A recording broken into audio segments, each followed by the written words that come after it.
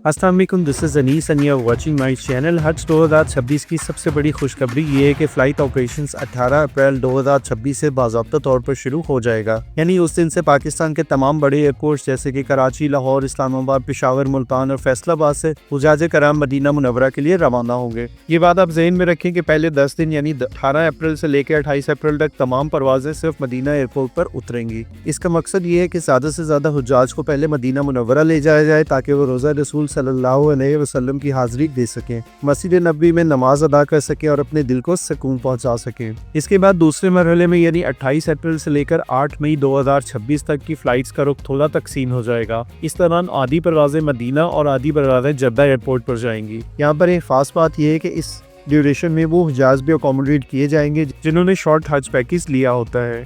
अगर आपने शॉर्ट हज पैकेज लिया है तो आपकी फ़्लाइट 28 अप्रैल के बाद ही होगी। अब बात करते हैं तीसरे और अहम मरहले की। 21 मई 2026 तक तमाम परवाज़ें सऊदी अरब पहुंच जाएंगी। यानी 9 मई से लेकर 21 मई के दरमियान जितनी भी फ़्लाइट्स हैं वो तमाम की तमाम जद्दा एयरपोर्ट्स पर जाएगी, जिसमें ज़्यादा से ज़्यादा उन हुज्जाज को अकोमोडेट किया जाएगा जो शॉर्ट हज वाले हैं, और इसके साथ उन लोगों को भी ऐड किया जाएगा जिनकी तरतीब के हिसाब से फ़्लाइट स्केड्यूल ये बनेगा। 21 मई 2026 तक तमाम परवाज़ें सऊदी अरब पहुंच जाएंगी। यानी इस दिन तक तकरीबन दुनिया भर से आने वाले तमाम हाजी सऊदी अरब में मौजूद होंगे, और इसके बाद 4 ज़िलहज तक कोई नई फ़्लाइट सऊदी अरब में नहीं आएगी। इसका मतलब यह है कि 4 ज़िलहज के बाद कोई भी नई फ़्लाइट सऊदी अरब नहीं आएगी, क्योंकि तमाम हाजी या तो मक्का मुकरमा में होंगे या मदीना मुनव्वरा से मक्का पहुंच चुके होंगे, ताकि हज की तैयारी मुकम्मल कर सकें और हज के जो मनासिक हैं उसका आगाज़ हो सके। अब ज़रा हज के असल दिनों पर नज़र डालते हैं तो 8 ज़िलहज को सबसे पहले हाजी एहराम पहनकर मिना की तरफ रवाना होते हैं। ये वो लम्हा होता है जो हर हाजी के लिए निहायत ही जज्बाती होता है, क्योंकि ये वो वक्त है जब हकीकी हज का सफ़र शुरू होता है। फिर 9 ज़िलहज को आप मैदान अरफात का क़याम, उसके बाद दुआ, मनाजात और वकूफ़ अरफा सबसे बड़ा रुकन है जो हुज्जाज कराम अदा करेंगे। इस दिन के बारे में कहा जाता है कि हज अरफात है। इसके बाद मुज़ल्फ़ा में रात भर का क़याम और फिर दोबारा मिना वापसी, जहां हाजी रमी, जबरात और कुर्बानी के फ़राइज़ सरअंजाम देंगे। ये पूरा सफ़र 12 या 13 ज़िलहज तक मुकम्मल हो जाता है और हाजी सुकून और शुक्र के साथ हज के तमाम अरकान पूरे कर लेते हैं।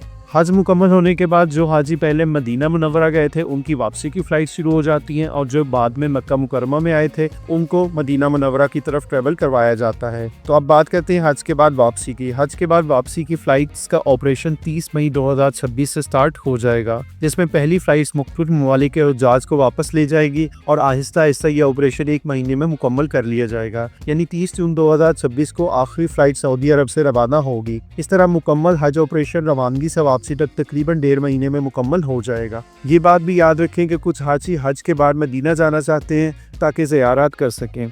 ऐसे अफराद को वापसी की फ़्लाइट्स थोड़ी बाद में दी जाती है ताकि वो आसानी से मदीना की ज़ियारत मुकम्मल कर सकें। यानी पहले वो मक्का जाते हैं, हज होता है, उसके बाद वो मदीना जाते हैं। कुछ हाजी पहले मदीना जाते हैं, उसके बाद वो मक्का में आते हैं, हज मुकम्मल करते हैं, हज के फ़ौरन बाद उनकी वापसी शुरू हो जाती है। तो ये तारीखें आप नोट कर लीजिए, और अगर आपको अपना कोई पर्सनल काम है या आप थोड़ा जल्दी जाना चाहते हैं या लेट जाना चाहते हैं, या आप समझते हैं कि आपको पहले मदीना जाना है फिर हज करना है, या पहले हज करना है और फिर मदीना जाना है, तो उस हिसाब से आप मिनिस्ट्री को अपनी एप्लीकेशन दे सकते हैं ताकि आपको फ़्लाइट स्केड्यूल आपके हिसाब से एडजस्ट कर दिया जाए। पाकिस्तान की वजारत मज़हबी अमूर ने इस बार भी हाजियों के लिए सहूलत फराहम कर दी है। आपको अपना फ़्लाइट स्केड्यूल हज से तकरीबन 1 महीने पहले पाक हज ऐप के ज़रिए मिल जाएगा। अगर आप चाहते हैं कि आपकी फ़्लाइट चेंज हो, ग्रुप बदलना हो, या मदीना बाद में जाना चाहते हैं तो इसका ऑप्शन भी ऐप में मौजूद है। पाक हज ऐप को आप डाउनलोड करके इंस्टॉल अभी से करके अपने पास रख लें, और इसके बाद अपने जो भी आपको ट्रैवल प्लान समझ में आता है वो अपने माइंड पहले से मेकअप कर लें, ताकि जैसे ही आपके पास ये ऑप्शन अवेलेबल हो आप फ़ौरन अपनी दरख्वास्त दे सकें,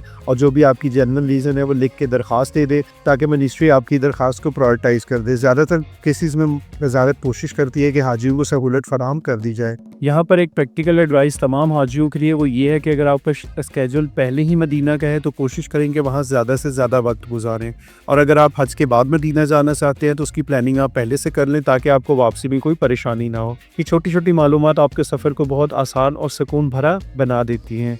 इसके अलावा पाक हज ऐप कैसे इस्तेमाल करनी है इसके ऊपर भी हमारे चैनल पे वीडियो मौजूद है, और इस तरह से रोड टू मक्का की भी हमारे चैनल पे वीडियो मौजूद है कि अगर आप इस्लामाबाद या कराची एयरपोर्ट से जा रहे हैं तो आपको उसकी ज़रूरत पड़ेगी। आप वो वीडियो भी देखें ताकि आपको पता चले कि आपका सामान आपके पास कैसे पहुँचेगा, कितने दिन पहले आपने उसको पैक करना है, और आपकी सारी की सारी जो इमिग्रेशन है वो पाकिस्तान में ही हो जाएगी।